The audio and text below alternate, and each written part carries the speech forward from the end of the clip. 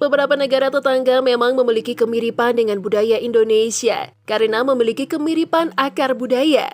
Dan masalah mengklaim kebudayaan pun tampaknya sering menjadi suatu kontroversi. Bahkan hal tersebut bisa saja dengan mudah merenggangkan hubungan antar negara. Dari tahun ke tahun, Indonesia pun banyak diklaim oleh negara tetangga masalah kebudayaan. Ya, yang paling menonjol adalah klaim dari negara Malaysia. Penasaran budaya apa saja? Yuk langsung saja berikut deretan budaya Indonesia yang diklaim oleh Malaysia.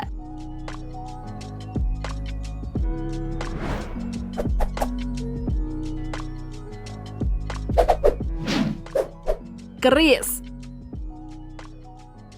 Nah, kalian pasti nggak asing lagi nih dengan senjata tradisional yang satu ini. Kamu tahu nggak, keris ini merupakan salah satu senjata tradisional Jawa. Beberapa suku di tanah air pun juga punya senjata yang serupa.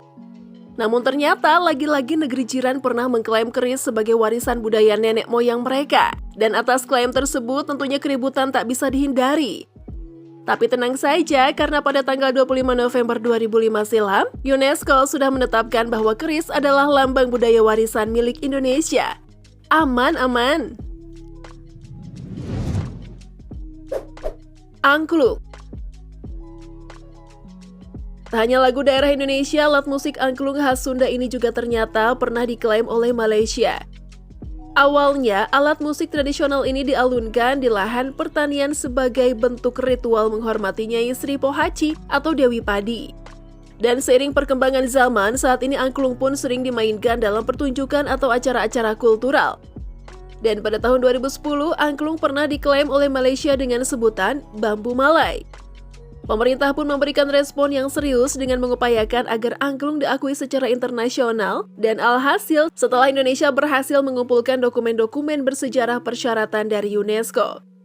Pada tanggal 16 November 2010, UNESCO telah resmi menetapkan bahwa angklung menjadi warisan budaya non-bendawi atau Representative List of the Intangible Cultural Heritage of Human dari Indonesia.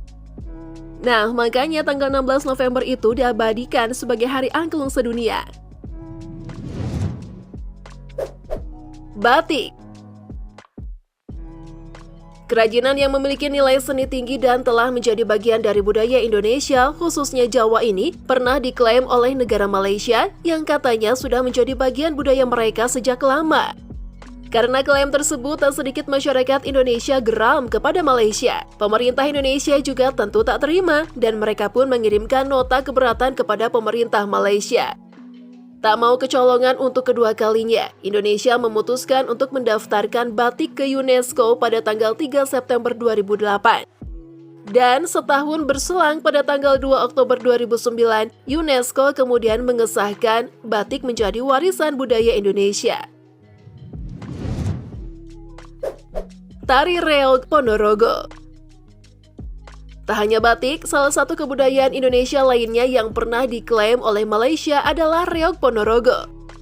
Kabar reog hendak diklaim Malaysia awalnya ramai diberitakan pada akhir 2007, di mana saat itu situs Kementerian Kebudayaan, Kesenian, dan Warisan Budaya Malaysia memasang gambar reog. Hal tersebut pun berhasil memicu reaksi negatif dari masyarakat Indonesia. Diketahui, Muhajir mengupayakan reog tercatat di Organisasi Pendidikan, Keilmuan, dan Kebudayaan PBB atau UNESCO. Seperti diketahui, Ponorogo adalah salah satu nama daerah yang berada di Indonesia yang tepatnya berada di Provinsi Jawa Timur. Kuda Lumping. Pada tahun 2017, Miss Grand finalis asal Malaysia, Sanjeda John, terlihat memakai kostum kuda lumping saat foto kostum busana nasional. Pihak Miss Grand Malaysia pun menuai banyak kecaman serta komentar pedas dari masyarakat Indonesia setelah merilis foto nasional kostum berupa kuda lumping tersebut di media sosial. Namun, melalui Instagram resminya, Miss Grand Malaysia pun memberikan klarifikasi. Mereka menjelaskan kalau kostum kuda lumping yang mereka sebut sebagai kuda warisan itu terinspirasi dari masyarakat Jawa yang tinggal di kawasan selatan wilayah Johor. Pemerintah Malaysia beralasan bahwa klaim tersebut menjadi budaya mereka karena banyak orang-orang Jawa yang tinggal di Malaysia dan kemudian mewariskan budaya tersebut kepada anak-anak di Malaysia. Walah, Malaysia jangan ngomong gitu dong, kita kan best friend. Wayang kulit. Desainer Malaysia yakni Jamie Chong pernah menjadi sorotan warganet setelah mengaplikasikan desain wayang kulit sebagai motif ke sepatu Adidas. Alhasil, netizen Indonesia pun memberi kritikan ke akun Instagram Adidas Singapura hingga akhirnya pihak Adidas Singapura mengucapkan permintaan maaf. Tak hanya Jamie Chong, Miss Grand Malaysia 2019 Mel de Queen Abar juga pernah menuai kritik karena memakai kostum nasional bertemakan wayang kulit saat berlaga di ajang Miss Grand International di Venezuela. Padahal nih ya, UNESCO sudah jelas-jelas menetapkan kalau wayang kulit ini merupakan warisan budaya Indonesia sejak 27 November 2003. Lagu Rasa Sayange. Rasa Sayange juga pernah jadi sasaran klaim oleh Malaysia nih gengs, dengan memunculkan lagu ini dalam klaim pariwisata di negeri jiran tersebut. Ya, namanya netizen Indonesia ya, pasti maju tak gentar dong, sebab lagu Rasa Sayange ini merupakan salah satu lagu daerah kebanggaan Indonesia yang diciptakan oleh Paulus Pea pada 1958 lalu. Nah, karena hal inilah hubungan antara Indonesia dan juga Malaysia pada saat itu jadi tegang. Namun beruntung ketegangan antara dua negara tetangga ini tidak berlangsung lama, sebab Menteri Kebudayaan, Kesenian, dan Warisan Budaya Malaysia, Rais Yatim, secara resmi mengakui bahwa lagu Rasa Sayange adalah kebudayaan milik Indonesia. Tortor dan alat musik Gordang Sambilan. Langkah Malaysia yang mengklaim tarian tortor dan juga alat musik Gordang Sambilan yang merupakan warisan budaya Indonesia kembali membuat geger plus 62. Negeri jiran itu berniat mengklaim tarian tortor dan alat musik Gordang Sambilan. Padahal selama ini tarian itu dikenal dimiliki oleh masyarakat suku Batak dari Sumatera Utara. Tetapi Malaysia dengan entengnya ingin meresmikan tarian dan alat musik tersebut sebagai warisan budaya mereka.